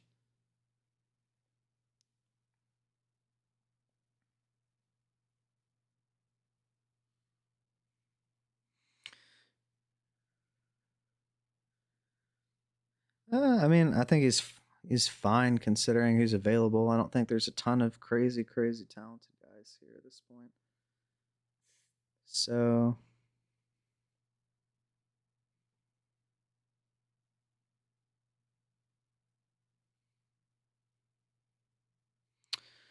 So somebody I'm going to take here is Ty Felton of the Vikings. So he's at best going to be the wide receiver 3 under Jordan Addison and Justin Jefferson here. But in the event that either one of those two misses time. I really like Ty Felton. He specializes in separating in the short game. He's very good at speed releases. He does sometimes get caught too much going east and west and kind of lets defenders get back into his hip. Not really going to separate vertically deep down the field. He's more quick than he is fast overall, but he's very good in yak situations. And with KOC as the head coach, I think he's going to use him to his strengths. So I think he's a high upside pick here, although he is definitely blocked by potentially the best wide receiver in the league and then a very good wide receiver too as well. Why does Miles Sanders go so low and Javonte went round 12 with Miles Sanders? That's a good point. I think they should both be low. I'm not high on either one of them. I think they're both absolutely cooked. I think that they're probably at best mildly better than Zeke Elliott. And in the Zeke Elliott thing, you were getting some volume, but he was, gross. So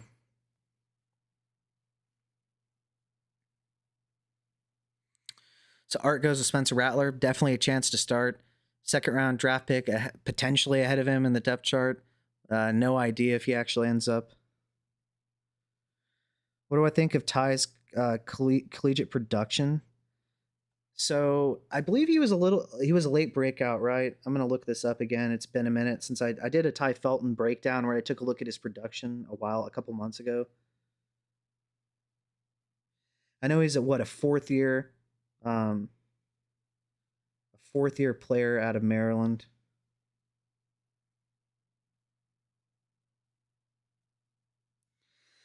Yeah, so as far as receiving, true freshman season, 5 for 51 and 0, then 23 for 309 and 2, 48 for 723 and 6, and then 96 for 1124 and 9. So I like, in the production profile, I want to see consistent growth from year to year. Ideally, he would have been an early breakout and not have needed to be a true senior. But I mean, I think he's really talented with the ball in his hands. I think he's a good, solid separator, especially early on in the route. Not so much deep down the field because I don't think he has the long speed, but very high upside player in a potentially very good offense. Yeah. Yeah, Javonte, yeah, I think he's pretty washed. Injuries did take away all of Javonte's explosiveness. It was a multi-ligament knee injury. It was devastating. So not great.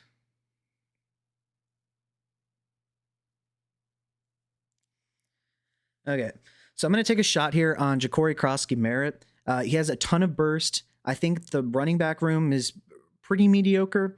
I think he would need an injury to Brian Robinson to potentially see the field. He doesn't have great draft capital, but this guy is absolutely explosive.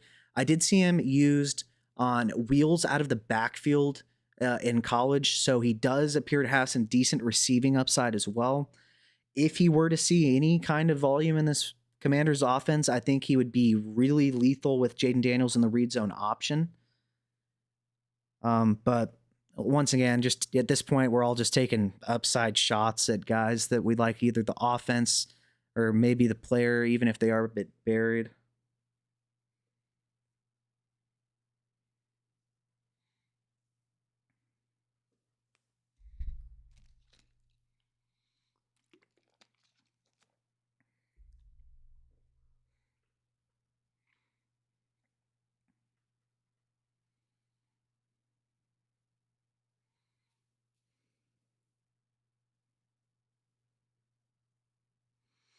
Why does Shipley go so low? With Shipley, I think it's interesting. Do we think that they would really give him so much of the volume that Saquon Barkley would be getting if Saquon goes down? I think that we obviously saw some explosion from Shipley, in garbage time. So there's a ton of upside, I would imagine. I just don't know what the workload would look like, to be honest with you. But at this point, I think he's a really good value. I mean, yeah, I think he'd see some passing game work. I think between him and AJ Dillon. There's another running back that's kind of sneaky. I forget what his name is, that people have been talking about, but I think he could be a decent player for the Eagles. I just don't think you're getting anywhere close to what Saquon Barkley gave you as a replacement. Like not even close. Yeah, it did. It did, Art. Uh, yeah, it was that one long run at the very end. He was relatively inconsistent on a down to down basis, but there was some flashes of solid running ability. It was kind of, it was kind of in garbage time though, Art, at the same time. People were saying that Trey Benson looked horrible. For instance, about 10 to 11 of his carries came in that like game 2 where they were winning by a lot, so they just threw him in the game with all backups against the starting defense. The team knew that they were running the ball, and so there was nowhere for him to go. And people were just looking at his yards per carry and then saying he's terrible, just box score watching. His vision did improve as the year went on. He was actually quite efficient on a per game basis. And I think there's the opportunity for some improvement. And I really liked the pick of Trey Benson he made earlier.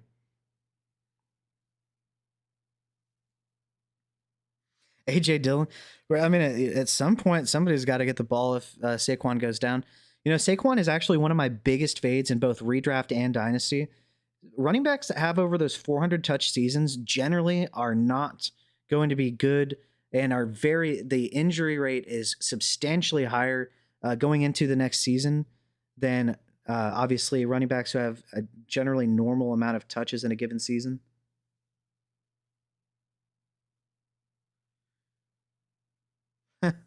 Yeah, the Madden curse. We'll see if the Madden curse gets him. Bobby goes with Noah Gray. There is plenty of upside. We'll see. He scored plenty of touchdowns on limited opportunities.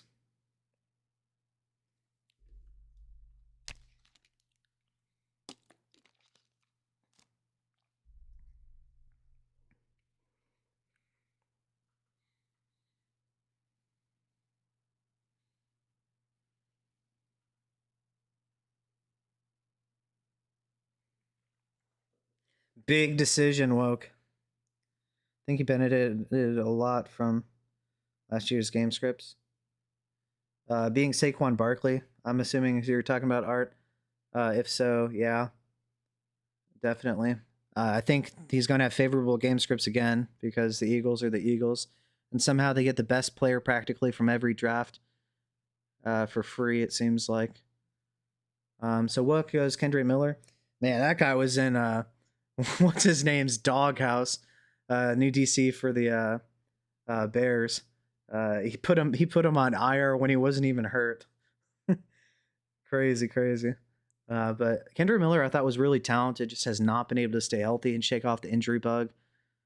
Quinn Ewers, there's a decent chance he sees the field this year compared to most backup quarterbacks, given Tua's questionable ability to stay healthy and questionable as being generous.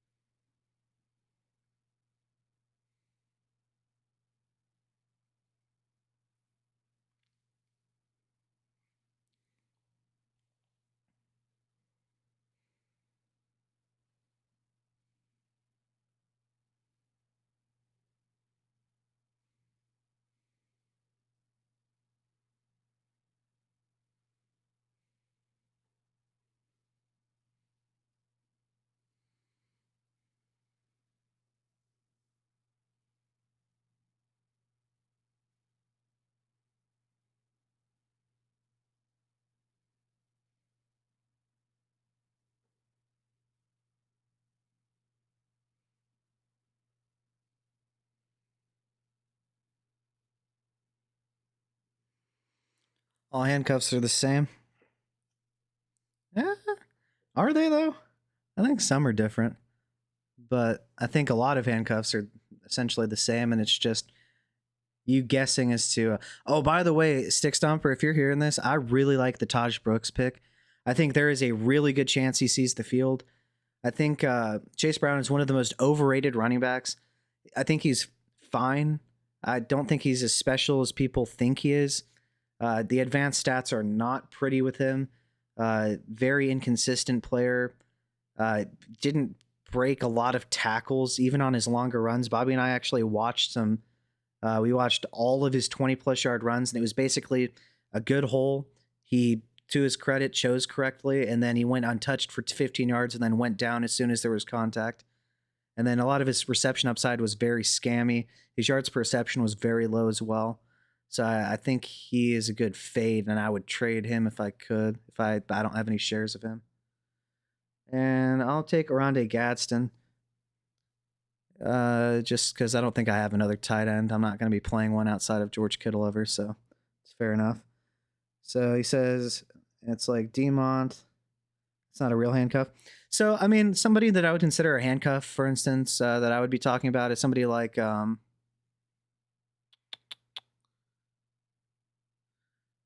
Charbonnet. I think Zach Charbonnet, for instance, has proven that he has a ton of upside if he ever gets work.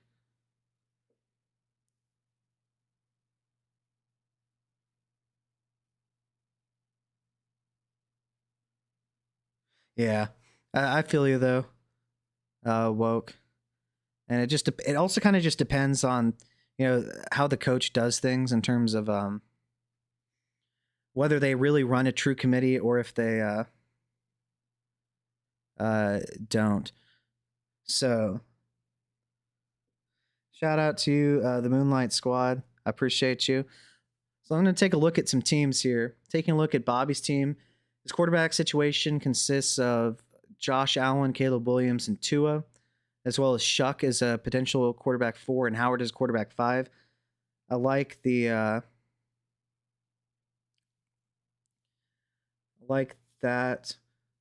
with Harvey, Scadaboo, Pollard, Javante. I think your running back room is very iffy, but you could potentially just trade a 26 first or something if you wanted a decent running back from somebody. And then your wide receiver core has plenty of upside, obviously. So like that. And I like the volume potential with Strange, depending on, even as probably the third option, there's some upside there. How many more games of a startable production will Zach Charbonnet have than a Will Shipley or Estime? I think more. Kenneth Walker you can't predict injuries, but he hasn't stayed healthy any of his first 3 years in the NFL.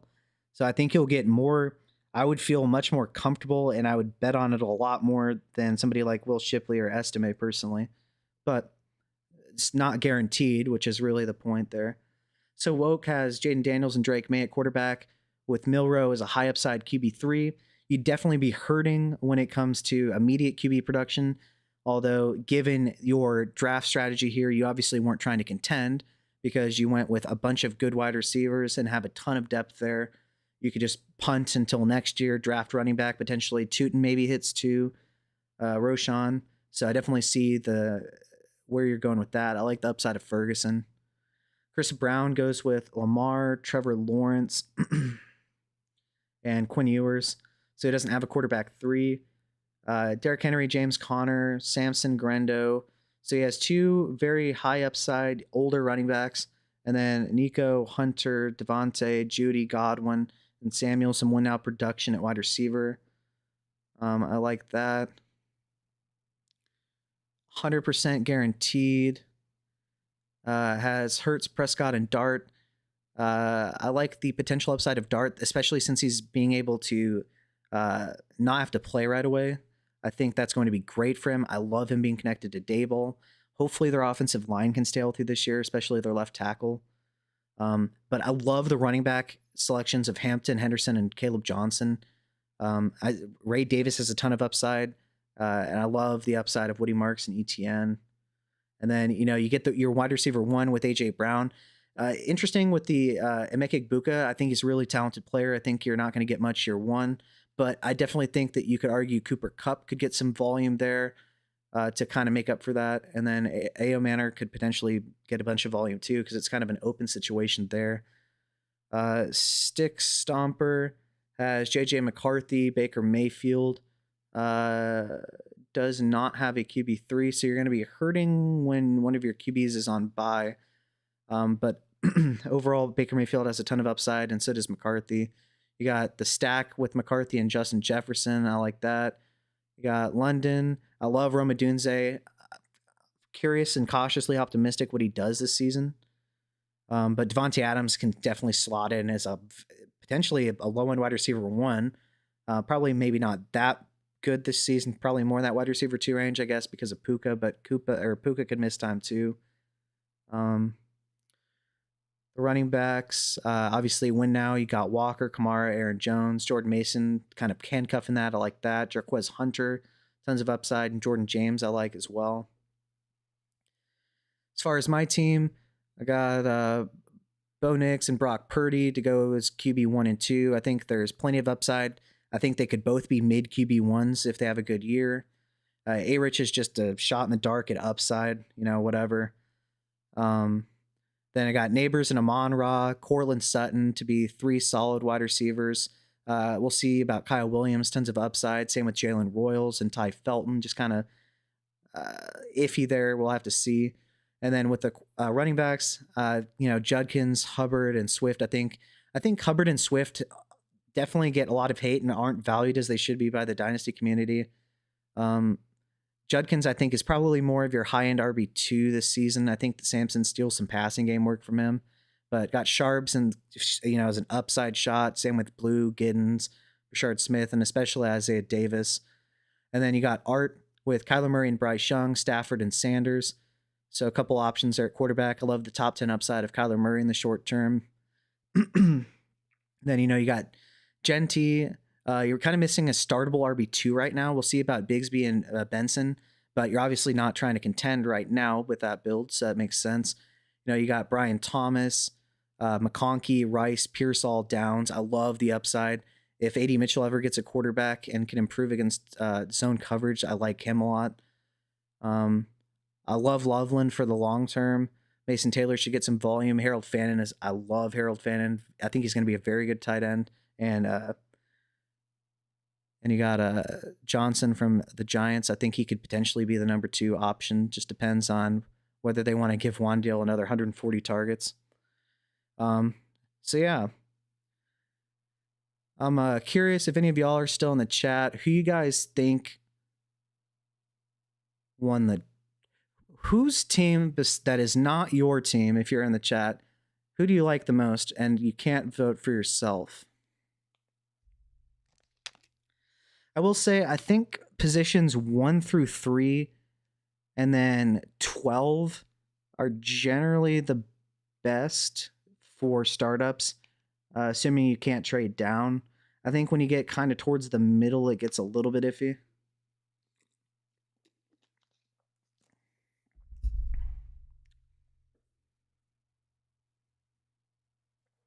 And then Wade Spears said, analyze the last round. So with Noah Gray, I'd argue that it's less sure with him than you might think. It's not necessarily that who's going to be the next Travis Kelce in the offense in terms of being a tight end.